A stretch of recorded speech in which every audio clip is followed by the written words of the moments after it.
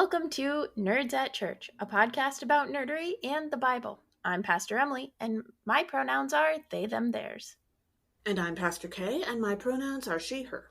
In this episode, we'll discuss the fourth Sunday in Lent, which this year falls on March 19th. We have one content notification for you this episode. During the deep dive, during the pop culture section, we briefly mention the abuse of a child. Check out the episode description for links to the Bible passages and other references we make in this episode. So for our deep dive today, let's talk about eyesight and some of the issues that can come up during a person's lifetime with your eyesight. Both Emily and I have fairly extensive experience with this, as we have both worn glasses for quite a long time, but also the gospel reading for today is Jesus curing the man born blind in John. So we thought this would be a good topic for today. Mm-hmm. So let's start off by talking about some vision issues that tend to be more on the lifelong side of things rather than what happens later on in your life. So one of the main things, which is a big thing for me, is an astigmatism. So an astigmatism is an imperfection in the curvature of a cornea or a lens. So either the cornea can be not perfectly curved and ideally round, or the lens cannot be perfectly curved, or both could not be perfectly curved, but also not perfectly comparatively curved to each other. Sure.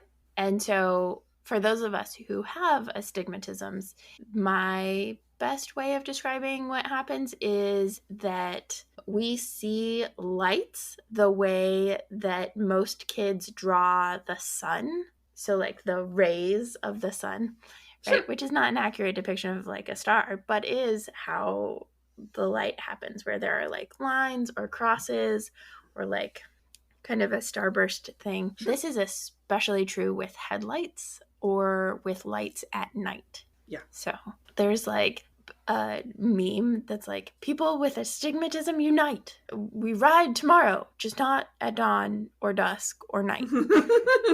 Yeah. But yeah. And oftentimes the way it's described is like using a clock face to illustrate where the lines of blurriness are, is how you can describe the astigmatism. Yeah. Two common words that you'll hear when people talk about their eyesight issues include myopia, which is nearsightedness, and hyperopia, which is farsightedness, or just nearsighted and farsighted. And each are named after the kind of vision that you're good at, which seems to be the part that confuses a lot of people. But if you're nearsighted, you can see things that are near to you, and you have a harder time seeing things that are far away. If you're farsighted, you can see things that are far away from you, but you have more trouble with stuff that's close up. And if you're like me and have an astigmatism and also are nearsighted and farsighted, then it gets really fun. I'm a little bit nearsighted, a little bit farsighted, going to get increasingly nearsighted with age is what I've been told. Sure. But yes, I have a slight astigmatism and also a whole boatload of nearsightedness. So yeah. One of the other things that can happen that actually like has only happened to me since like sometime in the pandemic it started, but there is like a different amount of eye strain, and the way that eye strain works, particularly because I have an astigmatism, right? It's not just the lights at night, but also like my eyes get really tired in the daylight if I'm not wearing sunglasses. But there's a thing called an aura. There are lots of different terms for auras. The aura that we're talking about is connected to like an ophthalmic or ocular migraine. And so the aura is caused usually due to a temporary spasm in the blood vessel behind the eye, which is called a vasospasm, and is similar to a spasm or a cramp that you might have in a leg muscle that like you would label a Charlie horse. But it happens kind of in the behind your eye. Ocular migraines sometimes are connected to migraines, like auras can happen before migraines start. But for example, mine are not connected to actual like physically painful headaches. They do impair my sight. But if you Google ophthalmic migraine or ocular migraine and you look at the images, it's actually really cool. That is the exact like artistic rendering of what happens to my eyes and to my eyesight. And mine start small and grow until they like go out of my eyesight range. But so they can be painful, but they're not necessarily painful, but they do disrupt your vision. Like I can't do anything for a little while when I have them. Right. Also, this seems like a good time to talk about eye strain headaches, which people who Mm-hmm. don't have experience with vision issues might not be able to recognize. But for me, they are the primary symptom that I need to get my eyes checked and possibly get a new glasses prescription. Because very Mm-hmm. often when our eyesight changes, it does so very, very, very slowly, and you don't necessarily notice as it goes on. But for me, at least, the eye strain headaches are what tell me that, oh, my eyes are working harder than they should have to be, and so it's Mm-hmm. time to see a doctor. And an eye strain headache, instead of feeling like your brain is hurting or like the back of your head or the top of your head is hurting, an eye strain headache tends to be centered right over and just behind your eyes Oh, and I sort think I of, have one right now. yeah, especially in the spot at the top of your nose, right between your eyes, just slightly Mm. above them. That's where it tends to be centered for me. But also, it can just be in one eye, depending. And that tends to be centered just above the top of your eyeball, Mm. basically. And it sort of feels like a pulled muscle, in my Huh. experience, Okay. Yeah. which is different than the usual kind of headaches that I tend to get with like tension or something like that. Because my headaches, if I have a normal headache, either just feel like an actual ache, which is normal, or occasionally I get pressure headaches, which are more Mm. about being plugged up with mucus and stuff. Or barometric pressure changes. Yeah, feeling like my head wants to explode. So eye strain headaches really do feel quite different. And if you don't know what they feel like, but you've been having them, maybe that's a sign that you should see a Get doctor. your eyes checked. Yeah. Also, migraines can have, and this is another complicated part, right? Is that migraines can impact your vision.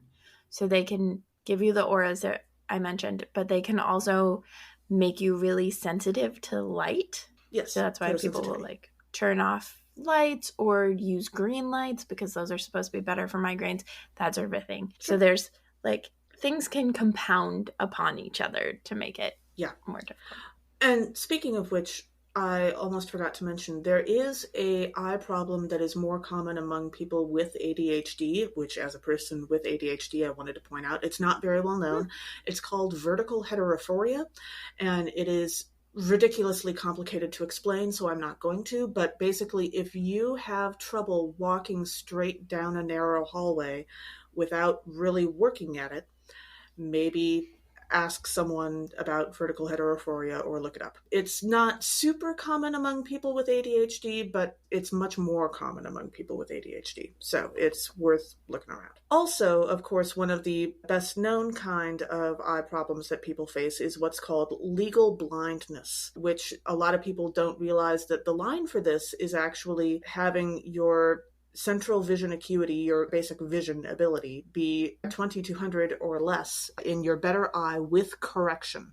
It's that with correction that you have to pay attention to. After Mm-hmm. correction, if your vision is still that bad, then you are legally blind.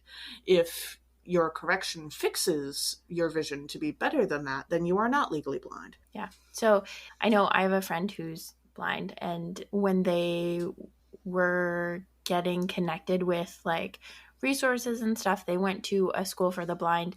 And actually, even though they had some sight, they had to wear a blindfold while they were on campus because the way that they were teaching people was so that they could function even without any sight, because a Yes, lot of people, their eyesight got degenerating. progressively worse Yeah. with time, which was interesting to me. Yeah, being legally blind does not mean you have no vision. A lot of people who are legally blind can still see light or lack of light, or can see. Actually, the line in the Bible, in the gospel reading that we'll read later, where the guy says that he can see people, but they look like trees, that's actually a pretty common level of legal blindness. Like, you can see people, but you can't tell who they are, and they are just very fuzzy.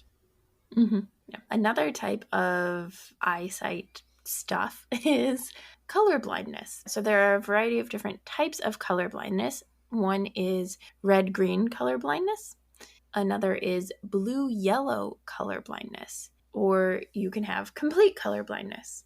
There's a guy that worked for my mom once who could only see the color yellow.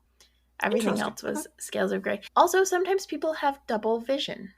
Yeah. And that is something that is more complicated and less common. I know my uncle had problems with his sight and particularly double vision.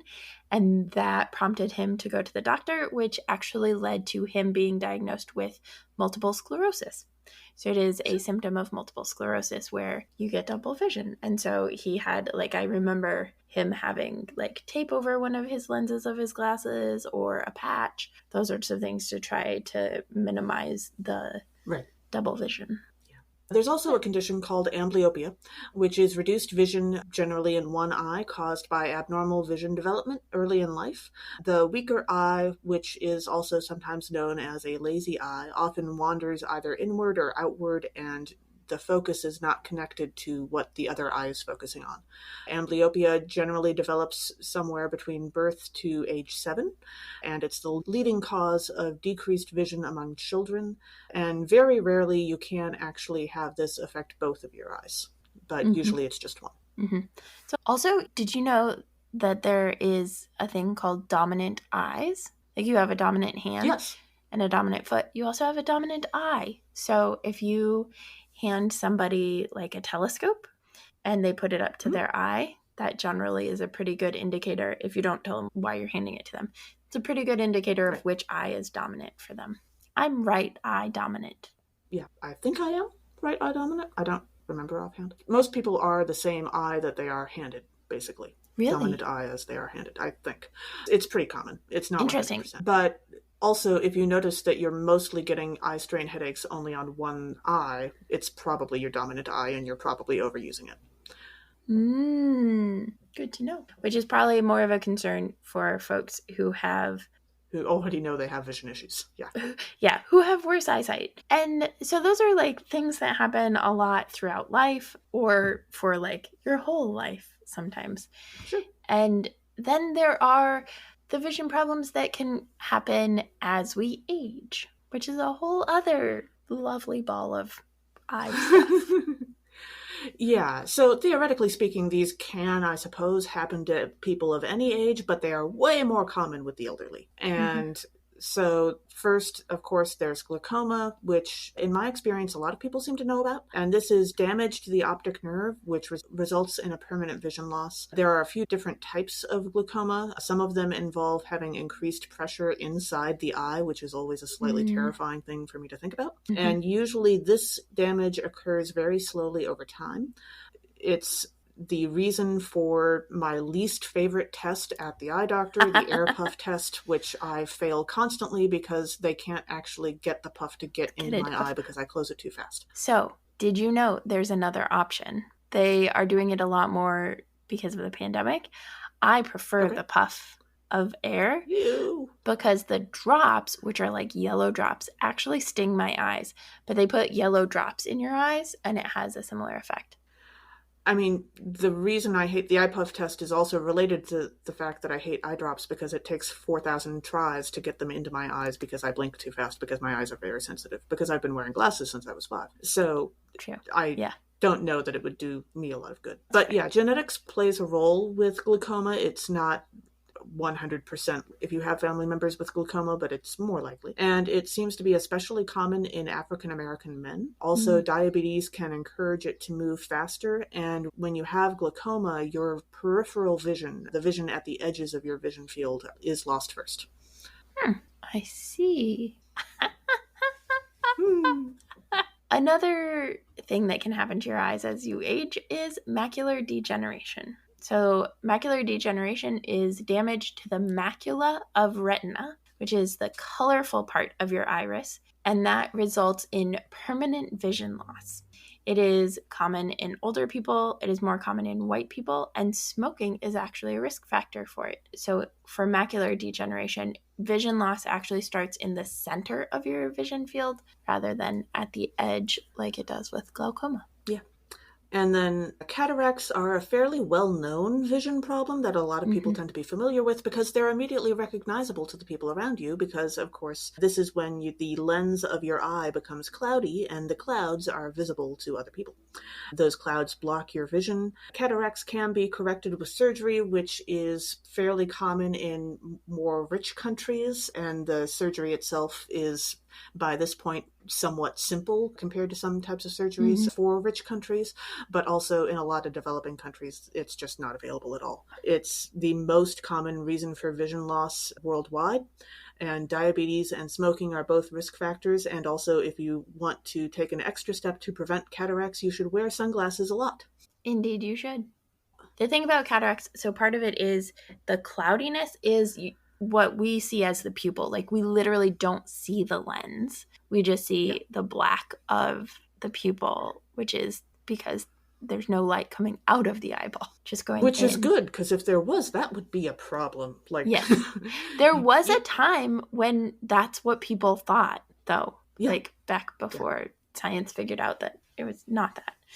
But that's why it's visible to other people because the black is no longer black. It's this like Mhm. grayish white. Yeah. Yeah, Another thing that can happen to eyeballs is a detached retina.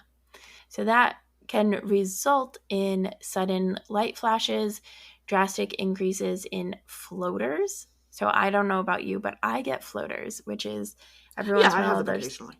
something that just like floats around my eye and It I'm looks like like, a little black dot in your vision. And if you have like one or two that occasionally show up, you're fine. If you suddenly get dozens of them, that's a bad sign and you should go talk to someone. yeah. And it can be a black dot or like mine looks like a clear something. So you kind of see an Oh, outline okay. of it, Sure. There is an invisible fly directly in front of your eye. That is. right? Like some microbe Yeah. just crawling Mhm. around. So it can also show up as a shadow or veil going over your vision, which makes me think of Paul and Yeah, yeah. No, conversion, in A Mirror maybe. Darkly, like I have heard it described that way. Yeah. Or catastrophic vision loss, like total vision loss. It is a surgical emergency. So if this happens to you, get to the doctor immediately. Recovery Hmm. takes a few weeks, but is often complete if the surgery goes well, which, again, as with all of the other factors that we've mentioned, surgery is very accessible in some places and very inaccessible in a lot of places that have been exploited by what is commonly referred to as first world countries, the Yeah. colonizers. So, given all of this and the delights of eyeballs, Yeah. also I realized we didn't actually describe what an eyeball is. I will just give a very basic because I think it's helpful. Sure. Yes. Your eyeball is made up of similar components to like a video camera, right? So Sure. the whole eyeball is surrounded in a thing called sclera, and that's like the part that we don't usually see much of. And then the cornea is the part that kind of covers your actual eyeball that we see, the pupil and the lens and all of that stuff. The iris is the colorful part. The iris is the visual part, and so that regulates how much light can get in. So if you're out in the bright sunlight, you probably have a very small pupil. Or if you're in the dark, your pupils will be really big. When they dilate your pupil, they make it really big so that they can see better inside. And that's why you have to wear Yeah. sunglasses because then your pupil isn't ready to like shrink down the way that it used to. Which is a deeply weird feeling. That's true.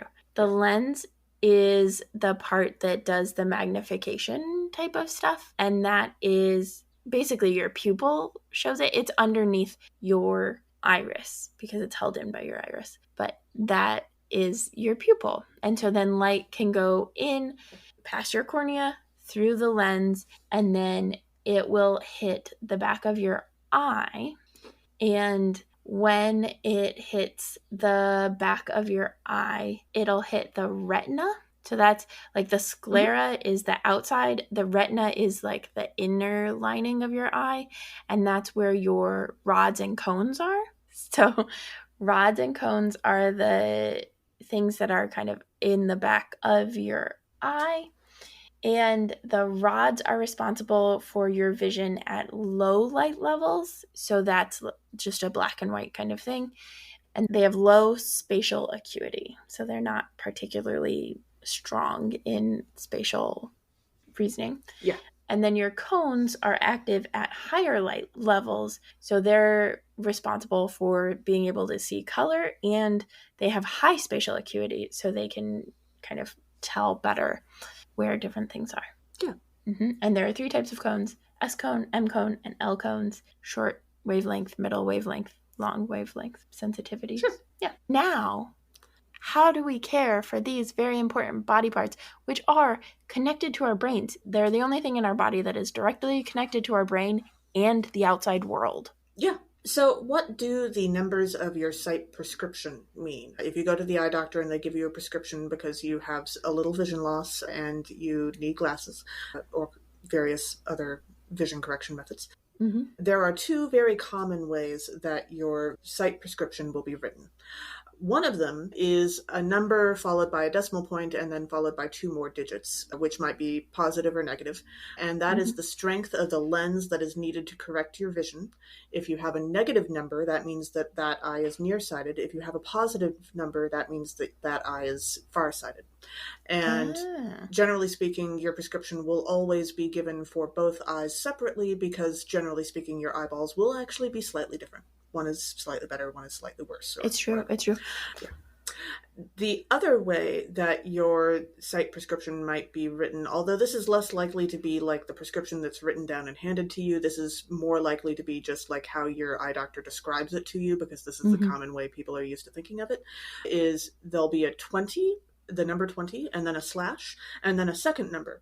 And that's called your Snellen measurement, which I presume is named after someone named Snellen.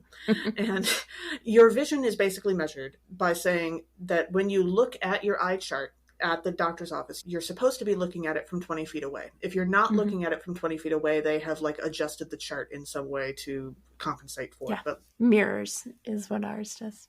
Sure. But originally speaking, when you looked at an eye chart, it was always from exactly 20 feet away. And then the second number is how far away a person with quote unquote normal vision would have to be standing in order to see the chart the same way that you do, with the same amount of sharpness or blur at 20 feet. So if your vision is 20/200, that means that another person would have to be standing 200 feet away from the chart in order to see it the way that you see it at 20 feet. So your vision is not great.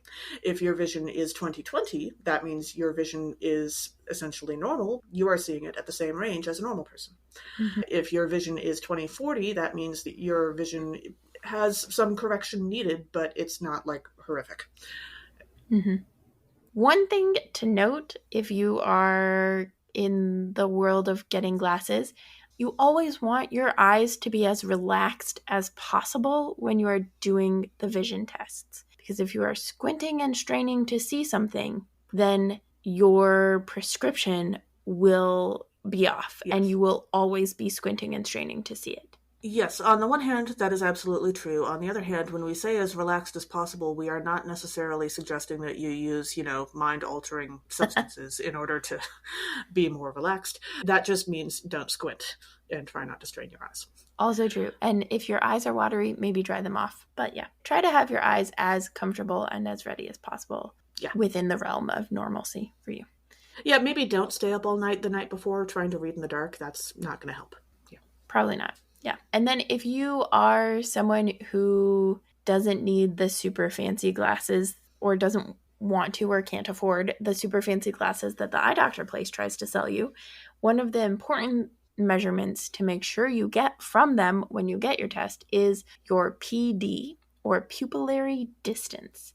And so that is the distance either between your pupils when you face forward or between the middle of your nose and each pupil. And so that's how they calculate where the center of your lens of your glasses or like that sort of thing should be and how far apart the centers should be from each other so that your eyes are not drifting further apart or that sort of a thing. It's especially like if you use like Zennies or something, you have to have the pupillary distance. I love Zennies. And actually you can get fairly complicated prescriptions from Zennies because believe me, I have. Yeah, but you have to have... But sometimes people have to get them directly from the eye doctor because their vision is that bad. I got Zennies and I was like, oh, I'm only off by like 0.5 for pupillary distance. It'll be fine. That's bad. It's not. No, I can't get Zennies. It doesn't work for me. Yeah. Okay. So there are several different types of lenses for glasses. Mhm. Some people will have heard of bifocals or trifocals. Bifocals just means that there is a horizontal line through the center of the lens and the top has a slightly different prescription than the bottom. Usually, instead of having a very visible line these days, the lens will instead have been sort of blended into each other, the lens change. And so say the top of your lens will be designed for seeing far distances and the bottom part will be designed for seeing close up, or trifocals will have a middle vision section in the center of the lens. The one thing to watch out for if you wind up having to get bifocals or trifocals and you've never had them before is that going downstairs while wearing them is apparently Oh. an adventure because, of course, you are looking down into the near part of the lens Mm. and you can't see your feet and at least not clearly. So that is the big thing to watch out for if you get bifocals for the first time. Yeah. Also, if you are considering bifocals or trifocals, I know my dad got the blurred at one point. He had bifocals Yes. with just like the line, and then he tried the like blended and he hated it because it was just this blurry strip. In the middle. So, Yeah. yeah. Yeah, not So, everyone likes that. it's That's not okay. necessarily better, but something to be Yeah. aware of as you're looking at glasses. Right. And if the difference isn't huge, it's probably going to be less of a problem for you. But if the difference is big, that's a whole separate set of issues. Yeah. Mm-hmm. There are also what are called compressed lenses, which is what I have. I wear triple compressed lenses, which basically means that if you take normal glass and you turn it into a prism by bending it at an angle in order to change the prescription, basically, that is a non-compressed lens. If you squish that prism so that it's smaller, but the angles are probably stronger and the lens as a whole is not as thick, you can get, say, a double compressed lens. If you squish that again to half again as thick, that's a triple compressed lens. If I had normal glass in my glasses, they would fall off the front of my face because my nose would not be able to hold them up. But Mm-hmm. I mean, I don't have a very strong sense of smell. I don't know that that's related to how strong my nose is, but my nose would not be able to deal with that. But if they weren't compressed, they would be much thicker than the bottom of a Coke bottle. The compressed lenses is what allows me to continue wearing glasses instead of, say, having to mess around with contacts. And then, of course, there is the famous endless issue of, do you want to try transitions lenses, which were super popular in the 90s and Oh. basically ruined my childhood. Like, I don't want to get this wrong. They do work for some people, and that's fine. Mm-hmm. The issue with transition lenses, which is still a problem to my knowledge, although they may have corrected it some, is that what transition lenses are is that they are lenses that will change from being sunglasses into being regular glasses. They Mm-hmm. can add a layer of darkness to the lens when you're out in bright sunlight, and then is removed once you go into inside where it's darker. And in theory, they're great. In theory, it's really excellent to not have to carry around an extra pair of sunglasses. In practice, it takes several minutes for the change to happen, and you Mm-hmm. are essentially blind when you first walk inside, and you are essentially being blinded when you walk outside. Yeah. And that can be a serious safety issue. Yeah. So I tried transition lenses for about 5 years when I was younger as a teenager, and I'm never doing them again. And generally speaking, I just wear a hat, or I just don't go outside. But I mean, that works. it's Yeah. My dad has transition lenses and he likes them, but yes, and he that's fine. is less likely to be going rapidly in and out. I tried transition lenses and had them at least one summer that I worked at camp and Mhm. would run in to grab something from my Yes. bunk bed or something and could not Yeah, could not see. see anything. Yeah, Now, granted, if you it was have bad. really excellent night vision, that might not bother you as much because you're good at seeing in the dark, which is essentially what those transition issues are all about. I have fairly good night vision. I still hated them with a passion. Yeah. Also, if you have cats, it turns out that having transitions lenses is especially dangerous for you because the cat doesn't know you can't see. So, Yeah, that would not be good. And one of the problems that I had that summer with my glasses, transitions though they were, was when I worked in the kitchen and I was doing dishes, they would fog up all the time. And so I Oh, was yeah. like, what if I try contacts? That's how I tried contacts Yeah. for exactly 1 year. And contacts are lenses that you put inside your eye. Well, not inside your eye, on Well, top, on the, yeah, onto inside your your eyeball. eyelid on top of your cornea. And those, depending on the type of eyesight adjustment that you need, they make a variety of different kinds. There are disposable ones, there are ones that you put in and you leave in for like a month. Because I have an astigmatism, I needed the kind that were weighted so that they don't turn around in my eyes, which I think technology has gotten a lot better since 2005 on that. I mean, possibly, sure. But one of my friends that year at college that I was wearing the contact lenses, they dried my eyes out a lot. Oh, But yeah. my friend at one point was like, I think you blink your right eye after your left now. And like I had Oh, changed goodness. how I blinked my eyes and how my eyes just like naturally Yeah. were because of the contacts. So I did not continue to wear contacts after that. Yeah. I tried contacts twice, once in sixth grade and once in seminary, and I hated them both times. And I don't see why we should have to poke our fingers in our eyes multiple times a day and call that normal behavior. And they kept telling me, oh, these are soft lenses. They let your eyes breathe. They'll be so comfortable. No, they felt exactly the way that these people were describing the hard lenses that don't let your eyes breathe to me. Like, it was terrible. Yeah. When I supposedly tried them in grad school, I never did successfully get them onto my eyeball. Not both of them at the same time. I tried for a few weeks and eventually gave up. Yeah. So. And there are some people that like physically can't touch their eyes. Like, yeah, I think that's where pass I got out in the end. because if they get too close, which is evolutionarily like a good Normal. thing. Yeah, it keeps you from damaging yourself. But also, contacts are just fine for some people. Like, for some people, none of that bothers them. For some people, they don't notice the contacts barely at all. And that's fine. And you will not know which one you are until you try. Yep. So. Also, don't mix up your right and your left. And make sure you know what cleaning solutions you use, because there are certain cleaning solutions where you cannot touch them for 8 hours or they will be like damaging to your eyes. So, careful.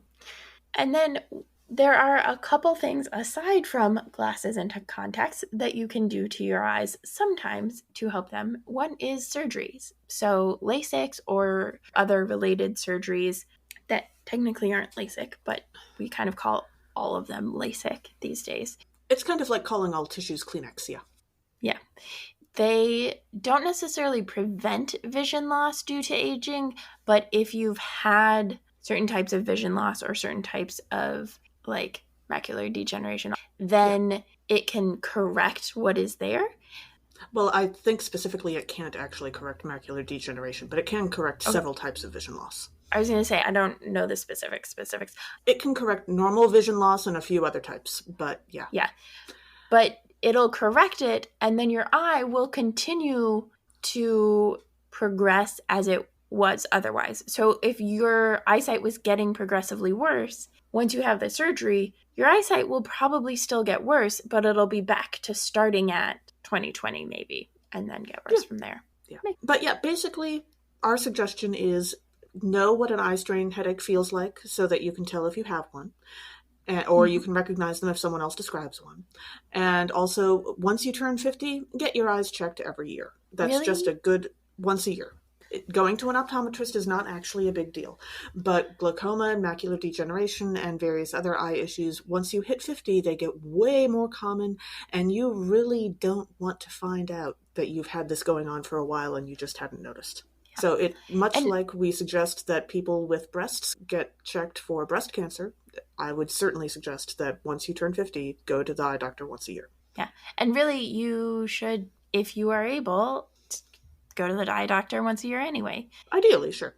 If you have vision insurance, it should cover an eye doctor appointment every year. It doesn't always cover a new pair of glasses every year. Well, and a lot of general health insurance covers one eye doctor visit a year. Okay, interesting. Yeah. Also, don't look directly at solar eclipses or, at the sun in general. Yeah, bad plan. Don't do it. Bad for your eyes. when we think about eyesight, there are different ways to think about it in terms of disability. And one of my best friends, Stephanie, has a zine called sometimeszine.com. And we'll link to the volume that I'm talking about specifically. But one of the articles, she talks about the difference between a medical model of disability and a social model of disability. And eyesight and vision impairment are actually like really great ways of understanding the difference between medical models of disability and social models of disability, because a medical model of disability has to do with like what people are capable of, and it focuses on like limitations. It looks for cures to the disability like surgery and crafting better assistive technology like glasses. And so in a medical model of disability, nearsightedness or farsightedness is considered a disability. Glasses are assistive devices. Yeah. But that's not really how we think about eyesight, glasses, nearsighted, farsighted, all of those things. We don't actually think about them in terms of the medical model of disability. We think about them Except for your driver's generally, license. except driver's license, yeah. But generally in our culture, we think about them in terms of the social model of disability, which has to do with how society regards a difference in capability. And so that focuses on capabilities instead of limitations. It looks for societal acceptance, and it focuses on crafting more accessible environments. So glasses and like nearsightedness or farsightedness are not considered a disability because society has been so structured around making it accessible for people with glasses. This is not the case for people who would be categorized as legally blind, right? Right. That would be classified as a disability in both the social model of disability and the medical model of disability because of how our society is structured. So it sounds like what you're saying is that some vision loss is actually so common that society has gotten used to it and doesn't really see it as a problem because we work around it naturally. Yep. Whereas a lot of vision loss is a whole separate thing. Yeah, glasses are super common for people to wear all the time. Most people who wear them as corrective lenses, but there are people who also wear glasses just for fashion, and they don't have like a corrective lens. To be entirely honest, I always kind of expected if I ever did get LASIK that I would continue wearing glasses because my eyes are not used to having to deal with wind. And I don't think I would want to have to get used to that. Yeah, that makes sense. But that is a good transition into our next topic, which is accessibility. What are ways that we can be more accessible to people who have vision impairment and or are legally blind? Yes. So one common accessibility issue for people with vision problems that a lot of us will be at least a little familiar with is the language of Braille, which is basically raising a certain set of dots on a page in order for people to be able to read it by touch instead of by sight. This is, I don't really want to say it's less common. I would say it's a little less commonly taught these days because of various assistive technology methods, and there's a lot more recognition of people who are not born blind but become blind or lose a lot of vision over the course of their life. But there are still electric Braille machines that can translate, say, a website for you into Braille by you put your finger on a spot on this little machine that sort of looks like a fingerprint reader, and 6 little rods poke up from inside to make the Braille signs into your finger, and it just gives you one letter at a time for like a tenth of a second or something, or however fast you set it to. And so that can translate a whole website into Braille for you, or any number of other things, or like an ebook. So those have existed for quite a long time. The first time I saw one was in the movie Sneakers with Robert Redford and Sidney Poitier, which has a blind character. We'll get into the pop culture section in a little bit here, but I do love that movie. I have a serious fondness for it. It was a 90s computer hacking movie that is just adorable. But it does have a blind character, and he uses an electronic Braille machine. Nice. Also, large print is something that is helpful, especially for folks who have increasing vision impairment with age, where they're used to seeing something, and so maybe they just need the refresher of like a larger print to be able to see it better. And there's actually like guidelines in terms of websites and print media to make stuff more accessible, of like what size? There are a few of these things that I actually use on a daily basis. But when it comes to font, if I'm reading something at a service or in public, I use 14-point font as my baseline instead of Mm-hmm. using 12-point, which is the standard printing expectation for a lot of people. So, Yeah, for me, like printing the gospel or printing something that someone's going to read in front of everybody, I always sure. try to make it extra big. Yeah. And that's also an argument for really good lighting. Have good Yes. lighting Oh, in please. your Thank God. sanctuaries. Like, And if you're going to do a candlelit service in the dark, like those can be lovely and incredibly meaningful, don't have it happen right after people arrive at your event when they've been driving for 3 hours in the dark and rain. That was one of the worst headaches of my life. It should have been a beautiful Taizé service that was candlelit, and instead I was in more pain that weekend than I had been in years. So, yeah. Another thing that is very much associated with people who are blind is canes, white canes in mhm. particular. And so those are used, you kind of like tap. It has a thing at the end that kind of is rounder so that you can kind of roll it, but you can tap or roll, and it helps to detect bumps or obstacles Mhm. in the path while you're walking, or if you're using a wheelchair while you're rolling, Yes. those sorts of things, so that you know that they're coming and can navigate around them as needed. And the white cane specifically is a visual cue to people Mm-hmm. around the person Yeah. with vision loss that this is a vision cane and not a my balance is off or I Right. have mobility issues kind of Right. cane. They're usually much longer. White, sometimes there's white and red, but Sure. they're longer. They don't look like a sturdy cane that you would Cane lean that would on to hold help weight. you Yeah. physically walk. They're pretty thin. And a lot of times you can, like the one that my friend had, you can break it up. Not break it, but you Yeah. like pull it apart and fold it up. It bends. And Yeah. there's a A like bungee cord or thing. something that goes through it to keep all the Like pieces with together. tents when you're Yeah. camping. Yeah. Yeah. Well, if your family shelled out for the good tents.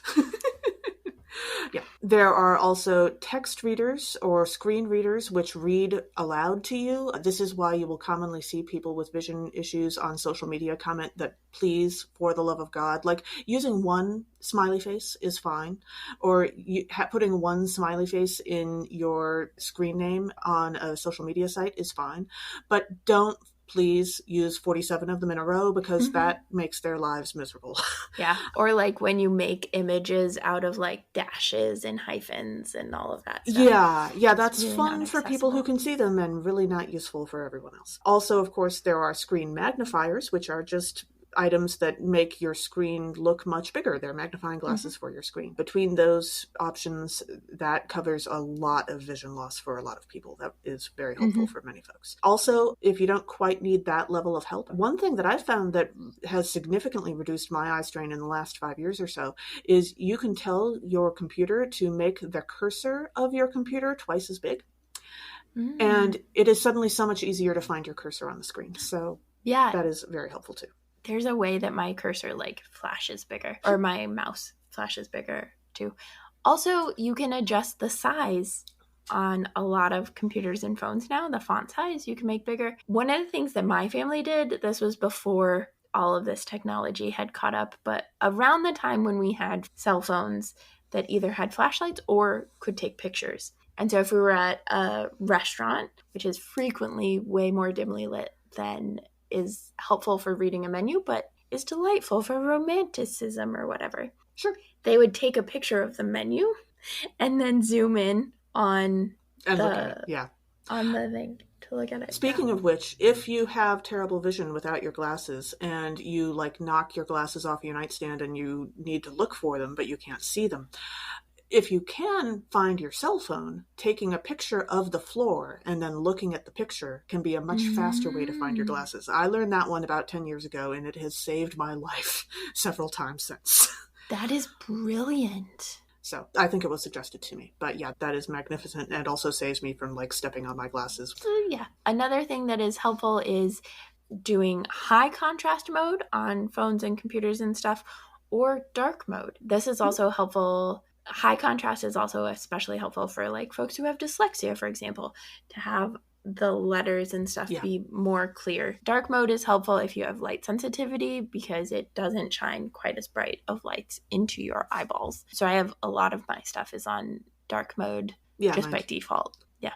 And of course, many websites and social media sites are starting to use alt text or image descriptions for images on the internet. And that has been hugely helpful. Basically, just adding a description with words to the image so that screen readers or various other assistive devices can access that instead of Yep. people just not knowing what the image is. So if you're curious about that, you can check out any of the images that we post as a podcast on Twitter or Facebook because we include image descriptions in the alt text thanks to XKCD. I do know, for those of you Yeah. who don't actually need it read, you can hover your mouse over an image and it'll come up with the alt text, which is the image description. And if you are using Facebook, Twitter, Instagram, any of those, you can use alt text. It is an option. Yes. And you should use it. And my understanding is for the etiquette of alt text is that it's fine to add a joke to the alt text, but don't just have the alt text be a joke. It still has to serve its purpose. Make sure it's still an image description. As long as it describes the image. If you throw a joke in there, that's fine. But describe the image first. Yeah. And then the final piece of accessibility that is kind of like the biggest one, especially in terms of a social model of disability, is helping people get around accessibly. Buses do great at that, but in terms of individuals being able to navigate a place, having detectable and safe paths, so sidewalks, not just the edge of the road, is helpful. Having a change in road texture at corners. So I know a lot of intersections have like little bumps on them in order to indicate to someone who is blind or using a white cane perhaps to navigate that they need to stop there so that they don't just walk out into the street. This is tricky and complicated because you don't want the bumps to be so big that people who use wheelchairs can't navigate them. Right? So there's a little bit of finding that balance. And then also at crosswalks, not only having the signs that have like the orange stop or the white person, but also having an audible thing. So sometimes they have like just two different sounds, and depending on which direction you're going is which sound goes off. That's only helpful if people know which sound is which. So the ones that are most helpful, and this I've seen mostly in Chicago, is it'll say walk sign Lake Park, walk sign Lake Park. And so it tells you not only that you can walk, but also which street you can walk on. And so that helps prevent the confusion and lack of knowing for visitors. And now, the part that's always the funnest part, maybe? I don't know if it's always the funnest part. It certainly feels less high stakes. Yeah. Pop culture. There is an increasing amount of people who are blind or have vision impairment or those sorts of things in pop culture, which is awesome because we need more of that.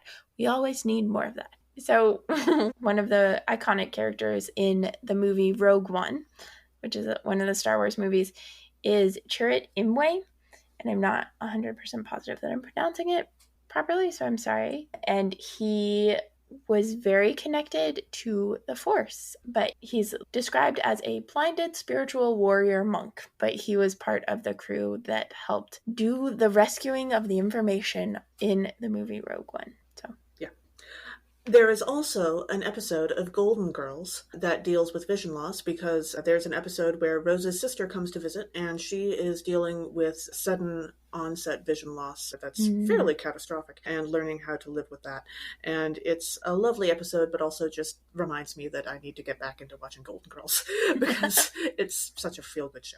And they handled it very well. And if I remember correctly, I think she does show up again later for another episode. But it's a very nice little emotional journey you go on, like most of their episodes.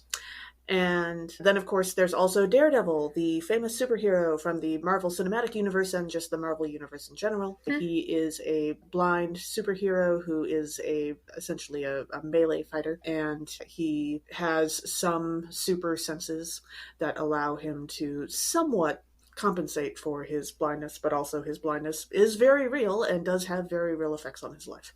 So, yeah, another example is the movie Book of Eli. which is a like post-apocalyptic movie about this person who needs to deliver this particular book. It turns out to be the last copy of the Bible, and it isn't until, spoilers, very close to the end that we realize that it is written in Braille. Though if it were actually written in Braille, it would have been way bigger than the one like big King James Version book that it was. Yeah. But, and of course, some of us may be familiar with the character Toph from Avatar: The Last Airbender, who is also blind, and she is wonderful in so many ways. And then, of course, if we want to jump back to the Marvel Universe, X-Men includes both Cyclops, who can see. His vision is actually fairly regular, except for the fact that he can only see through those red-tinted lenses of his if he's not trying to shoot lasers out of his eyeballs. And so he does, like, I think that counts as a vision disability, even though it's not, actually affecting his ability to see. It's an eyesight It's just affecting his ability to see without, killing people. shooting lasers out of his eyeballs. Yeah. Awkward. And I wrote that down here as can see but lasers. So and then of course there's also Destiny, and also a variety of other characters in X-Men that are lesser known, but Destiny is the one I was familiar with, who is I believe a young black woman in most of the comics, who is blind but also can see the future. And so she's always an interesting character because she really just, like, you've seen Oracle figures in various other shows and tropes and such, and she really delights in the whole being cryptic part. She has a great amount of fun with it. You can just tell. So nice. Also in the Graceling Realm books, the character Poe is actually disabled during the first book, Graceling, and Poe is actually a great example of really problematic trope that happens a lot, which is the magical cure trope. So the idea is somebody is disabled and then there is some magical cure for their disability so that they basically function like a non-disabled person. And the problem with that trope is that it implies that a person cannot be a whole person and disabled, which is not true, as we know from ourselves. And if you want to know more about that particular thing, check out, we will link to our episode with Reverend Beth Wartick, I believe, about disability. But one of the things that I love about Poe in particular is that Kristen Kishore, who's the author of the Graceling Realm books, so she didn't know anything about disability politics when she wrote Graceling, and she didn't realize she was falling into this magical cure trope, where Poe falls really far into this like pool of water head first. And so probably has like detached retinas is probably what actually happens. And he stops being able to see. So he goes blind, but he has this grace, his like superpower, which certain people have superpowers called graces. And he has this grace where he can in this sense, universe, not in the real world. In this universe. Yeah. He can sense how people feel towards him and the energy and thoughts that they have towards him. And then, but his grace is still growing because, especially for mental graces, they grow until you're like 25 or whatever. He's only like 20. And so his grace, after he is made blind, his grace then grows so that he can sense the whole, like everything around him, all of nature and all of that. And she does a good job of like just depicting like the way that is dizzying and like difficult for him, but it's still this magical cure trope. And so what she says in the acknowledgments for Bitter Blue, which is the like book that the next time that Poe shows up in the universe, is she thanks Rebecca Rabinowitz and Deborah Kaplan, who, after reading a late draft of Bitter Blue, counseled me on the matter of Poe, disability politics, and whether there was any way to counter the consequences of my making Poe's grace grow so big that it compensated for his blindness at the end of Graceling. And then in parentheses she says, I was not thinking about disability politics back then. It didn't occur to me until it was too late that I had disabled Poe, then given him a magical cure for his disability, thus implying that he couldn't be a whole person and also be disabled. I now understand that the magical cure trope is all too common in fantasy and science fiction writing and is disrespectful to people with disabilities. My failings here are all my own. And so I just really love the ways that she, A, takes responsibility for like messing up, but then also is like, and trying to do better. And she does do better. And so there's a like aspect integral to the plot of Bitterblue that Poe's disability impacts because he can't see, so he can't see colors. And so he doesn't know all of these particularities. And I think that that's really helpful. And that's something that also connects with Toph in Avatar The Last Airbender, right? It could be the magical cure trope, right? She's an earthbender, so she can sense the earth and she can move around. She can do all of this stuff while being blind. But she still can't read. And that's a thing with Poe too. Like, he can't really read. Yeah. But also when they're flying through the air, she is completely without an ability to sense where she is. And they depict that, I think, pretty well in the show, at least. And then the last one is Izzy, one of the delightful characters from the Ember and the Ashes series. She's in the first 2 books. But she was tortured and had one of her eyes gouged out when she was 5. Yikes. It's a dystopic series. Like, it's a complicated series that's really great, and I really love the series, but it has some really painful and scary stuff. But so she wears an eye patch, and she just has one eye. Mm-hmm. Yeah. There's lots. I'm sure that there are more, so if you have your own favorite characters to share, and then let us know. Send us an email or let us know on social media. And now for our readings. Our first reading is 1 Samuel 16, verses 1 through 13. God sends Samuel out to the house of Jesse and tells him to anoint the future leader of Israel, who turns out to be David, the unexpected youngest of Jesse's sons. So one of the themes in this passage is the unexpected. I just watched the first season of Kindred. I've read the book, but I watched the first season of Kindred and then was appalled to find out that they canceled it after a month. But one of the things that happens in the season, so spoilers, folks, is it's based on the book Kindred by Octavia Butler. Highly recommend. But Dana goes back and forth, and she is continually called back when one of her ancestors fears for his life. And he happens to be the white boy on the plantation where her ancestors presumably lived. And so she goes through like the entire season thinking that this one character, Carrie, is the kid who is her ancestor because she has found out that Carrie is a family name. And then at the very, very end, they like look in the family Bible and find out that it's actually Alice. And then there's a cliffhanger and we don't know what happens because they canceled the show. But I liked that, like, she's been so focused on these 2 characters and then to figure out it's actually a different one. It's fascinating. And then as we dive into the verses, in verse 2, we read that Samuel says, "How can I go?" That is, how can I go to the house of Jesse? "If Saul hears of it, he will kill me." And the Everlasting says, "Take a heifer with you and say, I have come to sacrifice to the Everlasting." And this is a very important rule in all spying, as Laia finds out when she's spying on the Commandant in Ember and the Ashes. Always come up with a good cover story. You always have to have a way out, a reason to be where you are. Yeah. God gives Samuel a good, like, cover story. I mean, some of us learned that because we were teenagers sneaking around. But also yes, that. Absolutely true. So in verse 4, we read, "Samuel did what the Lord commanded and came to Bethlehem. The elders of the city came to meet him, trembling, and said, 'Do you come peaceably?'"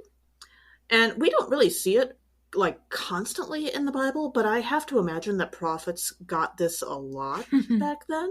Yeah. I mean, imagine Alan Rickman in his Metatron role as the voice of God from Dogma, the movie, showing up on your doorstep. Like, I think you'd be worried too. I think if the voice of God showed up on your doorstep, like, which is essentially what prophets were, you'd be freaked out too. That's normal. I don't blame these guys. That's fair. And then in verse 7 we read, "But the Lord said to Samuel, 'Do not look on his appearance or on the height of his stature, because I have rejected him. For the Lord does not see as mortals see. They look on the outward appearance, but the Lord looks on the heart.'" And so it's implied, basically, here that Jesse had 8 sons, and all of them are essentially gorgeous. And possibly very tall. I don't know about that part. Yeah, it seemed like tall. This talks about stature. Tall seems likely. And so I feel like there's a romance series just waiting to happen, you know, either like 100% biblical, or I think you could take it paranormal with this, you know, each of the brothers falls in love, and they wouldn't even have to be werewolves, although that does feel like the most common type of paranormal romance to have this kind of series of a lot of brothers. But, chances are a lot of these guys had much healthier love lives in the end than their youngest brother did. Like, it wouldn't take a lot for that to be true. So True. maybe that could be fun. Although this does strike me as very, Bella not minding when Edward stalked her because he was pretty kind of thing, which, maybe God's judgment is a little better than humans on that score. I can't really blame. Yeah, for Blame sure. him. But speaking of romantic lives, in verse 12, we read that Jesse sent and brought David in. Now he was ruddy and had beautiful eyes and was handsome. The everlasting said, "Rise and anoint him, for this is the one." And I just gotta say, that sounds gay to me. Like, in the gay sense. David sounds gay. He sounds a little bit like maybe a twink, but like also given his later relationship with Jonathan, I think that, David probably was gay. Or at least bi. Okay. That's kind of not what I was expecting you to say, because I thought you were saying that he was described in such a way that it made Samuel sound like he might be attracted to him. I mean, also that, except that it's Samuel like was... the narrator who's describing it, and so Well, it's Samuel kind of is sort of the narrator. God. I don't know. Samuel could be attracted to David. God could be attracted to David. Well, if God's All of attracted us to could David, be. then it's not necessarily gay, because God is not a man. It's true. It's true. But we do know that at some point, David and Jonathan are in a relationship. And David just sounds like, the description of David sounds like a twink, right? Like. I would never assume that I could tell someone's sexual orientation just from looking at them. It's true. And also very pretty. It just seems right. And now I'm flashing back to Heath Ledger saying, "Aren't I a pretty guy?" in 10 Things I Hate About You.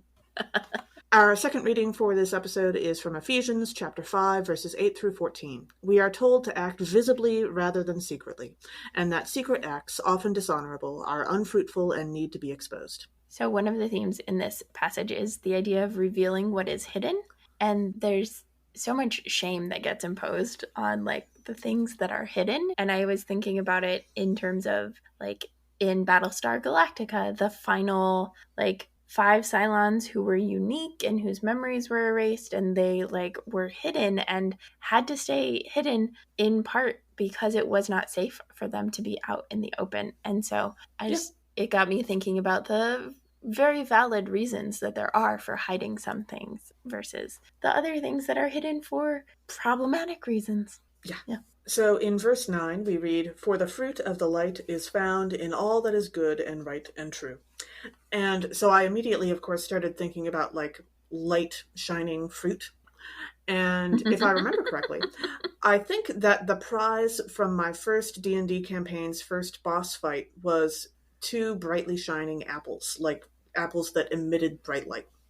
And that they were in a bag or something. And we had a party member who was dying of poisoning at the time, so we fed him one of them on the theory that this is probably a good thing, like the way that D&D works. Usually if something is like shining brightly with light, it's like helpful because they're really into that whole light-dark dichotomy thing. And it turned out, yes, it did work. He was fine. And we didn't actually know what it would do, but it worked. It was fine. And I don't think we ever actually used the second one. We just kept carrying it around just in case, and then no one else ever got poisoned quite that badly again. But I mostly remember that fight because my character spent almost the entire thing from like round 2 asleep, which was irritating because I kept asking people to wake me up and they kept attacking the bad guy instead. But also I could have helped. And later I realized that my character shouldn't have fallen asleep because I had immunity to being magically put to sleep. So, but I didn't know D&D well enough because this was my first campaign. And yeah it was irritating. Ooh, yeah, that's rough. That's rough. I hope that the brightly shining apple did not like rot and foment and become apple cider. I don't think so. I think eventually we decided at the end of the campaign to give it to one of our more quirky characters, and they decided to go make an orchard out of it.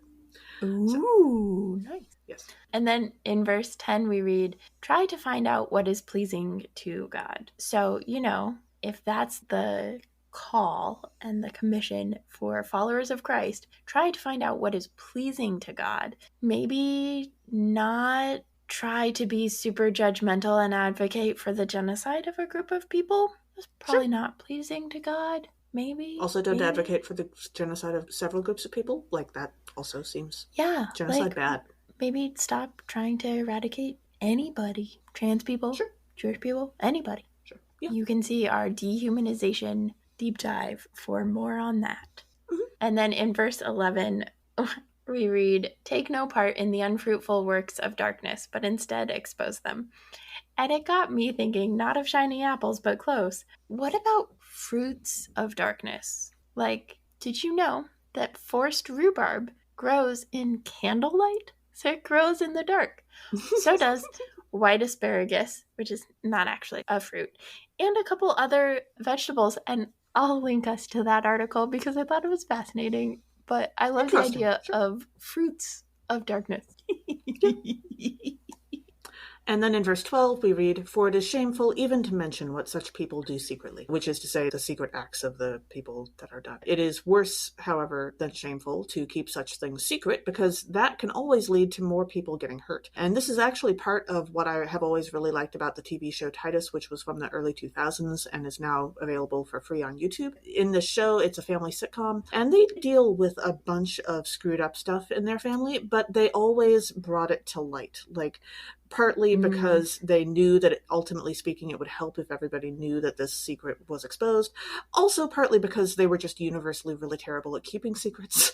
But ultimately speaking, bringing this stuff to light and actually talking about it consistently helped. And I loved that about that show. And there are so few shows that will do that because they want to keep secrets because it's more dramatic. And it's just frustrating. Yeah, it's true. That's like one of the most common lessons in Vampirina. If you just talk about it, it helps solve the problem real fast. Yeah. Yeah. Or at least you'll start feeling better. Then our gospel reading for this episode is John chapter 9, verses 1 through 41.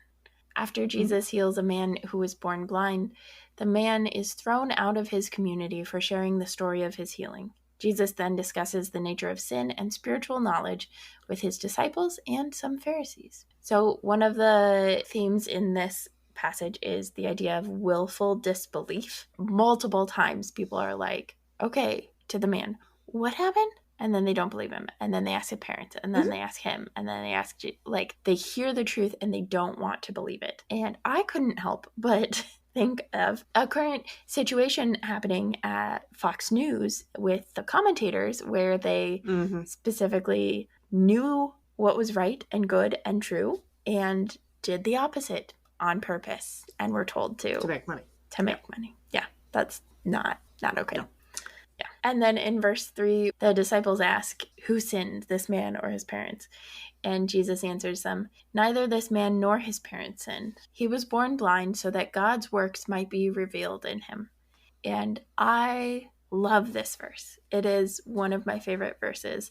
And my preaching professor in seminary is blind. He's no longer a preaching professor, now he's a bishop. But hearing him preach on this passage was huge. But this particular point that we take something and there's this implied judgment from the disciples about this person's blindness, right? They have decided like this thing is sinful, and it is precisely that thing that they have designated as sinful that is a way that God's works might be revealed in them. And I've been thinking about that a lot in my own world and my own transness for obvious reasons that we've already hinted at, but it is my transness that is a way that God's works might be revealed. And in Hunger Games, right, it is the things that made District 12 so hard to live in and survive in. Those were the things that also made it possible for Katniss to survive the district and to survive the Hunger Games.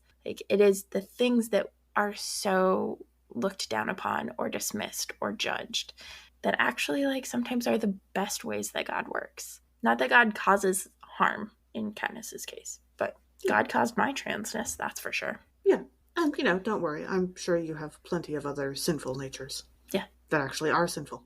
Yeah, right. Actual ones. I'm sure I do. I'm sure. And then in verse 5, Jesus says, as long as I am in the world, I am the light of the world. And like, I'm cool with that, but sometimes the light in and of the world can be pretty painful, as we've already talked about. So like, Jesus, please just don't go shining too bright. Thanks. So Jesus sunglasses are sunglasses that help like keep Jesus from shining too brightly for you so that you can see better when Jesus is, doing the whole LED light, strobe light thing. Yeah. Or like Sure. Jesus might be early morning light or late afternoon light, but not noonday Sure. light or headlights. Like soft 60 watt instead of super bright Yeah. 120 watt. Yeah. Yeah. Yeah. And then in verse 6, we read, "When Jesus had said this, he spat on the ground and made mud with the saliva and spread the mud on the man's eyes." And I think this goes on that list of things that I like to point out every so often, that this is something Jesus gets to do and get away with because he's Jesus. Like other people, no. Please don't go around like making mud with spit and putting it on people's eyes. Especially like I choose to believe that Jesus put this mud on this guy's eyelids rather than on his eyeballs because, oh my Oh, goodness. yeah. But don't do that either way. And also, like, some things only Jesus gets to do. And that reminded me of the old Vulcan proverb that Spock quoted in Star Trek The Undiscovered Country, the sixth Star Trek movie from the original series, which is that only Nixon could go to China. Interesting. Okay. It's not actually a Vulcan proverb. Okay. It's unclear whether he was making a joke or genuinely believed that it was a Vulcan thing because he's half human, half Vulcan, and sometimes gets those things mixed up. Okay. Thank you for explaining that because Yes. I was confused. Yeah. And, well, much like that, in that same movie, another character says that, you really don't understand Shakespeare until you read it in the original Klingon. Which is also fabulous. I love it. Yeah. And then in verse 12, we read, "They said to him, 'Where is Jesus?' And he said, 'I do not know.'" Okay, they're talking to the guy who was formerly blind and now is not. He really needs a name. Yep. I suppose. But he is telling the truth in this. Like, clearly he does not actually know where Jesus is. But like Cassandra, the mythical oracle / prophet from ancient Greece, no one believed him. Cassandra was a famous Greek character who probably didn't actually exist because according to the story, she was the sister of Hector of Troy, and she could tell the future. She was a prophetess, and also no one ever believed anything she said. There is also a really hilarious cartoon of her using this to her own ends by going around telling people that certain guys were really great in bed, and no one believed her. And that was fantastic. I loved that so much. I love it. That's awesome. Yeah. Well played. Well played. Mm-hmm. And now for our shiniest segment, let's make a Muppets musical. Emily, do you have any characters you would like to cast in this week's Muppet Ganza? Muppet Ganza. I was thinking about Dr. Bunsen Honeydew, and I do think that he's my favorite example of a Muppet with glasses. However, I would like to cast Elmo in the role of David, because Elmo is also red, and ruddy means red. That's true. And so he could absolutely be the youngest brother of a bunch of brothers. Absolutely. Mm-hmm. Yeah. I would love to meet Elmo's siblings. That would be fun. Oh my gosh, that would be hilarious. Yeah, I was having trouble coming up with a Muppet casting for this week until you talked about verse 10 in the second reading of try to find out what is pleasing to the Lord. And it struck me when you read that Jesus was human. And so Jesus probably actually did have likes and dislikes when it comes to food and other stuff. But we don't actually find out what those are. Like, is it possible that Jesus hated fish? Or that Jesus had a certain flavor of stew that was his favorite. And when Jesus comes again, I now kind of find myself hoping that he gets to try different kinds of food that weren't around in ancient Israel. And he didn't get to experience modern day chocolate. I think that should be something that's available to him. And then I started thinking about the Muppets introducing him to food. And Cookie Monster and the Swedish Chef would just have the greatest time. But also I think all the other Muppets would get into it too. But, imagine the Muppets trying to find food that is pleasing to Jesus. I love that. That's fantastic. I love it. Also, Jesus not liking fish would explain why he encouraged the fishers to leave their jobs and leave their boats and follow him. It also makes his breakfast on the beach after resurrecting a little sadder because they had fried fish. That's true. You came back to life, and the thing that's available for breakfast is fish. Probably also some toast or something, but still. Yeah. And you have to eat it to prove that you're not an undead, golem or something. Right. know, like you do. Yeah, it's true. Yeah. Well, thanks for joining us. Catch us next time when we'll discuss the nerdery connections to the scripture readings for the 5th Sunday in Lent. This podcast has been produced by us, Emily Ewing and Kay Rohloff. For more fun, check us out on Twitter and Facebook at Nerds at Church, or contact us at nerdsatchurch@gmail.com. Also, if you like what you've heard, rate us or leave us a review on Apple Podcasts, Facebook, or wherever you catch your podcasts. If you want access to our uncut guest episodes and interviews, live Q&As, and more, support us on Patreon at patreon.com/nerdsatchurch. It's cheaper than a pair of glasses with triple compressed lenses, even if you do get them from Sunny's. Truth. Also, let us know on Facebook or Twitter who you would cast for Let's Make a Muppets musical for this episode. As the ancient Christians said, Pax vobiscum.